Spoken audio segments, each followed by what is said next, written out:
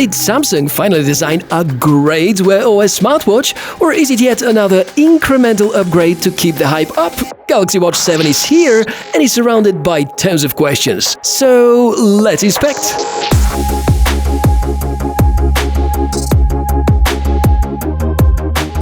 Hi, welcome. Great to meet you. I'm the Tech Mishka and I'm always super cautious when I'm reviewing tech made by Samsung, especially their wearables, because as a company they always wanted to be as cool as Apple and providing the same kind of fabulous user experience.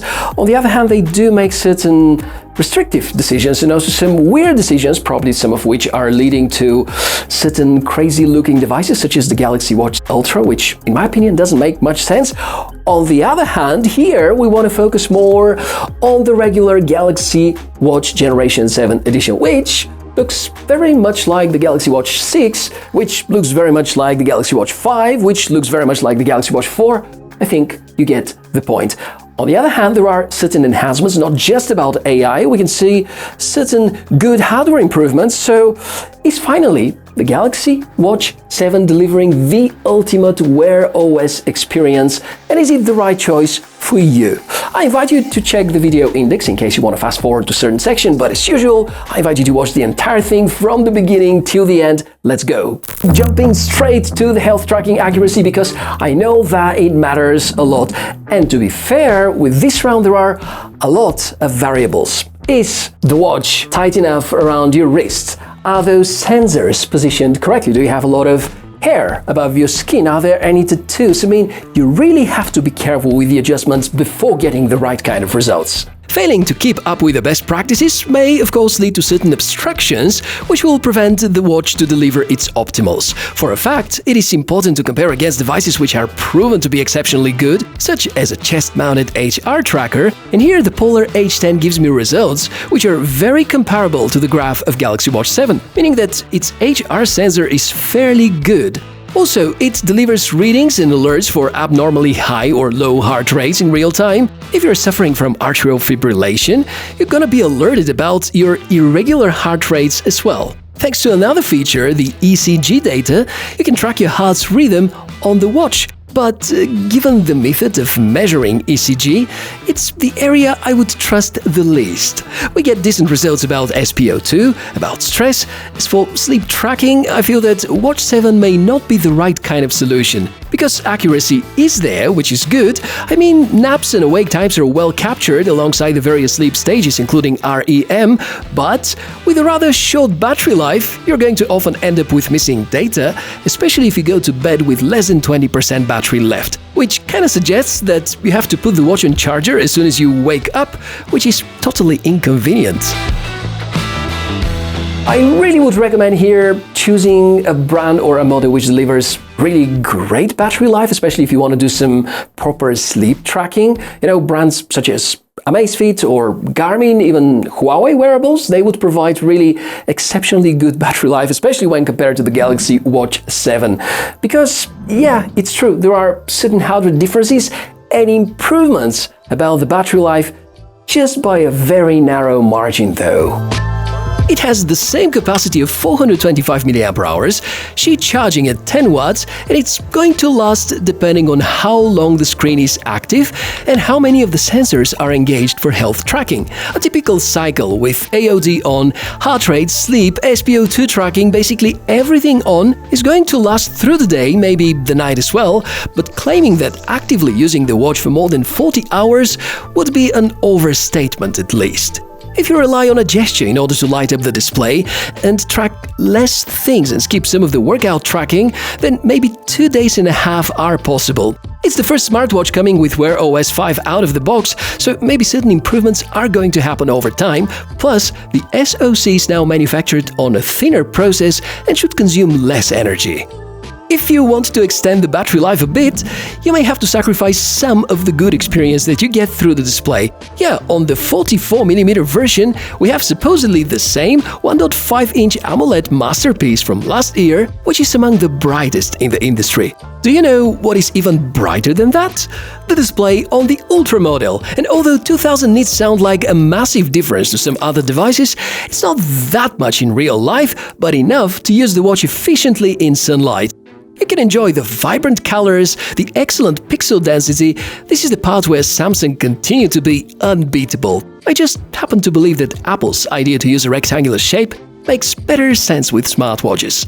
Unsurprisingly, the rest of the watch is also quite similar to last year. The dimensions, the weight, the materials, they're almost the same as Generation 6. Samsung are shipping the Watch 7 in almost the same kind of box, and there only is a charging plate in the assembly. Since Watch 7 uses wireless charging, you may think that most Qi chargers are going to work with it, but reality is a bit different. Good news is that the case is very durable, the display is protected by sapphire crystal, and the watch is 5 ATM water resistant. Plus, Samsung advertised that the frame is made of armor aluminium with supposedly tougher scratch and drop resistance, something it's too early for me to say, but I guess in a few months from now, we will have a good database with community feedback. Oh, and if you want to use a different strap, you're welcome to install any 20mm that you like, but the stock ones are designed to reduce the access of dirt and grease inside these hard-to-clean areas. The display is clearly stunning, and if we turn the watch around, we can see some more of the hardware bits, because this here is enclosure with the sensors, and Samsung claimed that they use a new generation of their bioactive setup.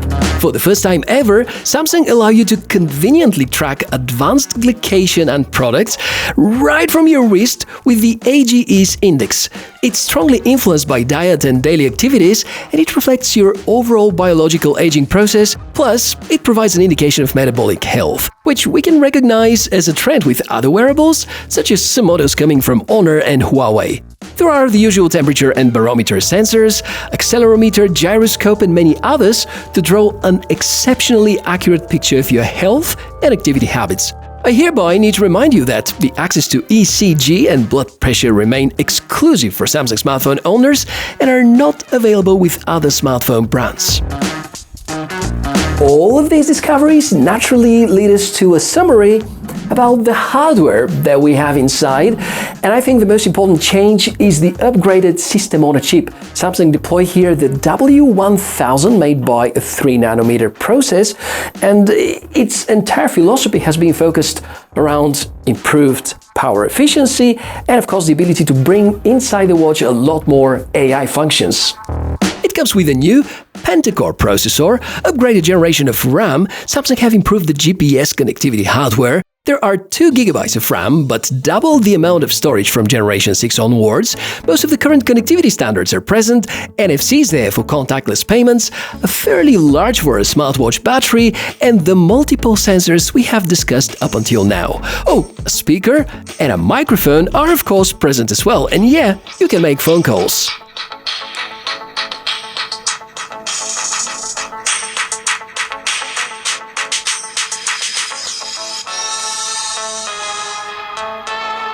As already mentioned, this is the first smartwatch on the market arriving with a new generation of Wear OS, and it comes with the company iconic One UI experience, which very much reminds of the edition that was suitable with Wear OS 4, even with some Wear OS 3 devices by Samsung. The big news! Because of the new system on a chip, the Galaxy Watch series support your health with holistic approach to everyday wellness. I'd certainly trust Samsung for training their AI a lot better than random online health and life coaches. If you've ever owned a Galaxy wearable in the last few years, everything that you see feels familiar. Powerful, future-rich interface with tons of customizations and functions, covering a substantial amount of what a smartphone can do. Additionally, you can buy yourself the eSIM edition, which gets even closer to the functions of a smartphone. Swiping left and right is gonna guide you through the main cards. All of them are really beautiful. There's an app launcher, physical button customizations, and so on. What I didn't like about the overall UX is the lack of a rotating crown, a must-have for wearables in 2024, in my opinion. What Samsung do right, on the other hand, are the software updates. They're staying very close to the pace that Apple and Google have. These watches are getting better and better with each and every update. I don't expect any major feature drops, but in case you notice that there's something not right, maybe it's going to be fixed or improved within reasonable amount of time. Samsung are committing to software updates for no less than 4 years after the release date, and that's pretty awesome. The smartphone app is also a super important aspect of a smartwatch because it assesses all the information that these health tracking sensors are continuously collecting. I would say Samsung have already developed a fairly good ecosystem when it comes to software. Unfortunately, Watch 7 is not supported by iPhones. On the other hand, you can use it with most Android devices. However, certain features are enabled only for Samsung smartphone users.